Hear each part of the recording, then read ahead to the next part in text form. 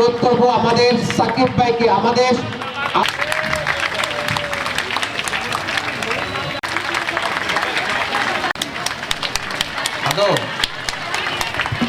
আগে অধীর আগ্রহে বসে থাকতাম যার ভিডিও দেখার জন্য আমাদের মাঝে পেয়েছি জনাব নাজর সাকিবকে। আমরা পেয়েছি আমাদের নাগরিক টিভির কর্ণধার টিটুর রহমান ভাই, যিনিও ব্যাকগ্রাউন্ডে থেকে কখনো সামনে এসে আমাদেরকে 5ই আগস্টের আগে আমাদেরকে পরিচিত করেছিল, প্রণোদনা দিয়েছিল এবং আমাদেরকে সংগঠিত করেছিল ছাত্র জনতাকে। তাদের সবাইকে সংগ্রামী শুভেচ্ছা।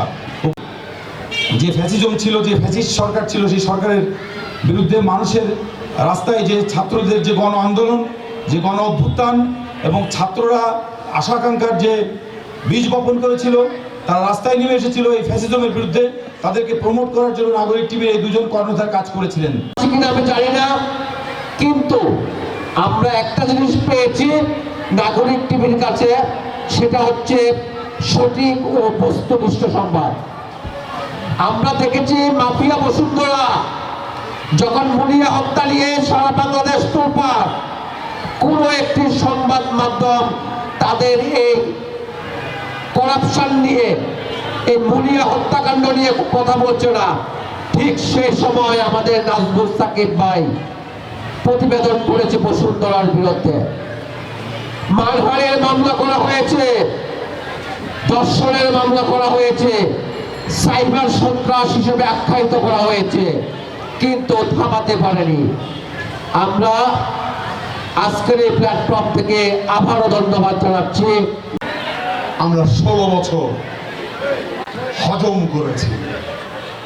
আপনারা যারা বাংলাদেশে ছিলেন, আমরা দেশের বাইরে থাকার কারণে কথা বলতে পেরেছি, মতামত ব্যক্ত করতে পেরেছি, কিন্তু আপনারা কথা বলতে পারেননি। আপনাদের বাক স্বাধীনতা ছিল না। আপনারা ফেসবুকে, সোশ্যাল মিডিয়াতে কোনো মন্তব্য করতে পারেন না। আপনারা মন খুলে কথা বলতে পারেননি, মনের কথা ব্যক্ত করতে পারেননি, অন্যায়ের প্রতিবাদ করতে পারেননি। লুণ্ঠনের জন্য গোটা দেশ যখন লুণ্ঠিত হচ্ছিল, আপনারা শুধু চেয়ে চেয়ে দেখেছেন, কিন্তু প্রতিবাদ করতে পারেননি। টিভি স্টেশন ছিল বাংলাদেশে, একজনও চোখে চোখ রেখে বলতে পারে নাই শেখ হাসিনা তুমি স্বৈরাচার। আমরা বলেছি, নাজমুল সাকিব বলেছে। সে কারণে বলতে চাই বন্ধুরা,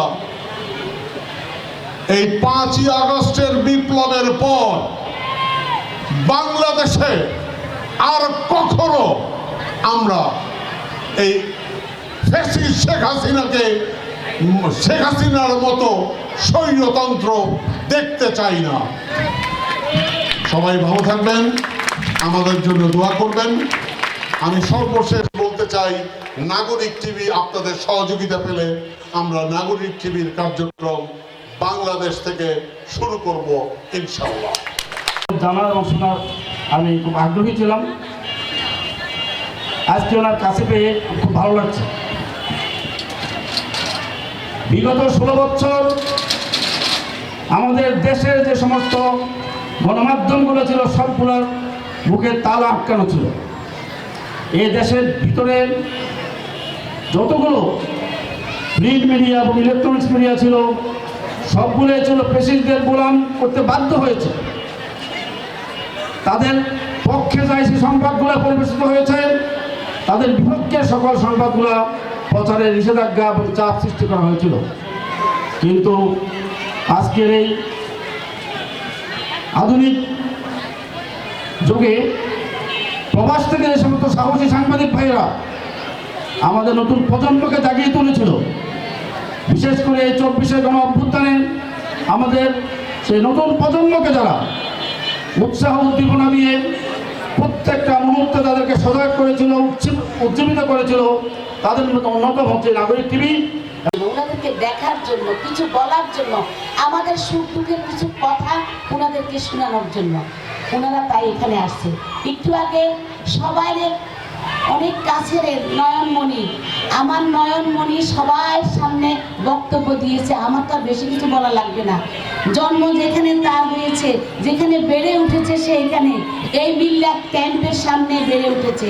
এই ক্যাম্পের জনগণ নয়নকে নয়ন বাঙালি নামে ভালো করে চিনে। নয়ন সবার মাঝে বড় হয়েছে, সবার ভালোবাসা পেয়েছে, সবাইকে ভালোবাসা দিয়েছে। তাই নয়নের জন্য সবাই কি দোয়া করবেন না আপনারা? অবশ্যই নয়নের জন্য আপনারা সবাই দোয়া করেন।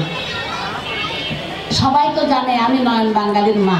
আমি আপনাদের নির্বাচিত ভোটে, আপনাদের এই পবিত্র আমানত দিয়ে আমি এখানে আজকে 23-24 বছর আপনাদের প্রতিনিধি হয়ে আছি, আপনাদের সেবায় আছি, আপনাদের সুখে দুঃখে আপনাদের পাশে আছি, কাছে আছি। কিন্তু জানি না আমাদের কতটুকু সুখ আর দুঃখ নিয়ে আমরা আছি এখানে। বিগত দিনগুলা যেগুলার কথা বলে গেছেন এতক্ষণ ধরে যারা পুরো বক্তারা বলে গেছেন, সবাই পরিচয় দিয়েছেন, বলেছেন। আজকে এই মঞ্চে যারা আছেন বসি এখানে উপস্থিত, তাদের নাম শুনেছেন তো? তাদেরকে চিনতে পেরেছেন তো? আমাকে আবার নাম বলতে হবে? আবার নাম বলতে হবে না। নাগরিক টিভি। আমি এই ধরনের আয়োজনের সাথে অভ্যস্ত নই। আপনারা জানেন যে আমি নাগরিক টিভির পর্দাতেই আপনারা আমাকে দেখে থাকেন। এর বাইরে কোনো বক্তৃতা বা এই ধরনের অডিয়েন্সের সামনে আমি আসলেভাবে আসি না। আমি নাগরিক টিভির মাধ্যমেই আমার যা বলা আমি বলার চেষ্টা করি। তারপরে যেহেতু আপনারা কষ্ট করে এসেছেন, তো কিছু কথা তো বলতেই চাই। আর যেহেতু এতদিন পরে দেশে এসেছি, 5.5 বছর পরে, তো অনেক কিছুই বলার আছে। তো ইতিমধ্যেই গণমাধ্যমগুলোতে আমি এয়ারপোর্টে আসার পর থেকে অনেক ধরনের প্রতিক্রিয়া দিয়েছি, যেগুলো হয়তো আপনারা বিভিন্ন টেলিভিশনে চ্যানেলগুলোতে আপনারা দেখেছেন।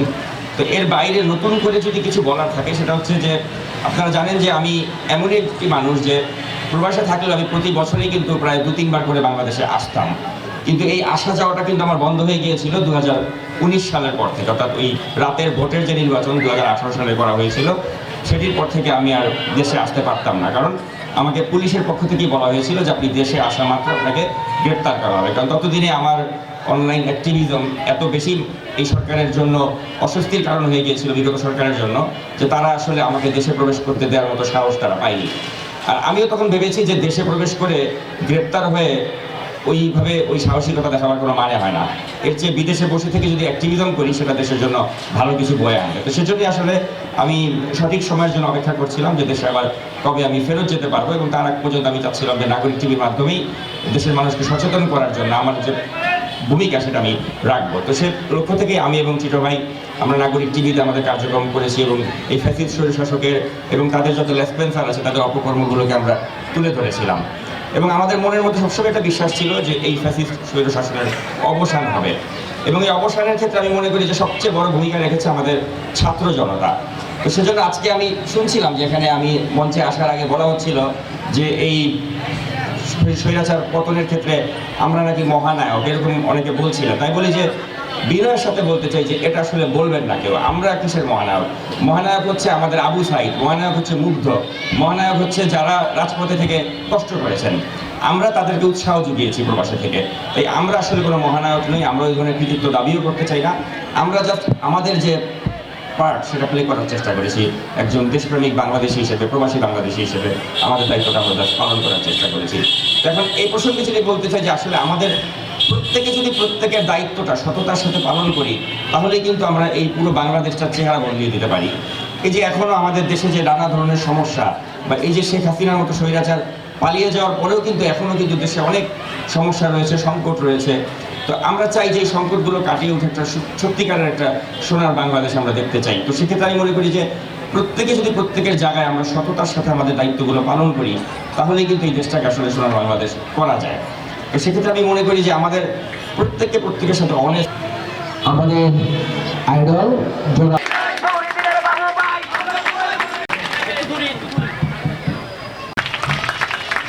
আর আমাদের আজকের অনুষ্ঠানের সম্মানিত করতালি দিয়ে আর বন্ধুর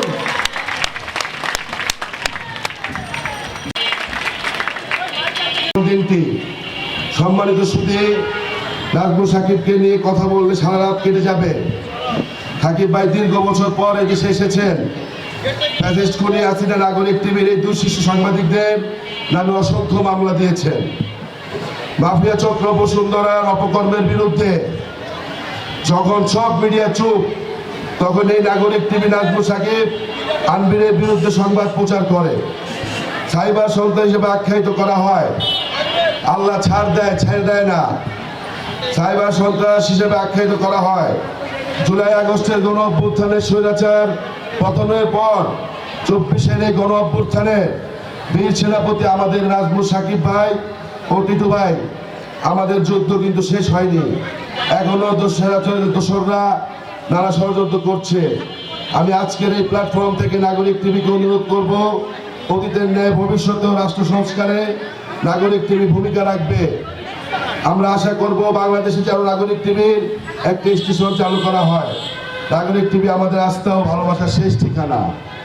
আমি আমার এলাকাবাসী, আমার যারা মা বোনরা আছেন, আমাদের মহিলা দলের সিনিয়র নেতৃবৃন্দ, পলি আন্টি, রুমা আন্টি, পান্না আন্টি, আমাদের ফেরদৌস আন্টি, আমাদের এলাকার বড় ভাই মনির ভাই, এবং পিছনে যারা আমার মা বোনরা আছেন, আমার ভাইরা, ছোট ভাই, বড় ভাই, বন্ধু বান্ধব যারা আছেন, তাদের উদ্দেশ্যে আমি একটা কথা বলতে চাই।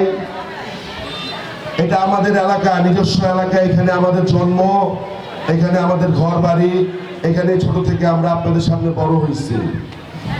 আজকে আপনাদের ঘর বাড়ির অনেকেই মাদকে নির্ভর হয়ে আপনাদের সংসার নষ্ট হয়ে যাচ্ছে। মাদক যদি আমরা আমাদের এই এলাকায় নির্মূল করতে না পারি, তাহলে আমরা মা বোন, আমাদের পরিবার নিয়ে কখনোই ভালো থাকতে পারবো না। আমাদের এলাকার সবচেয়ে প্রথম সমস্যা মাদক। আমাদের এই মাদক নির্মূল করতে হবে।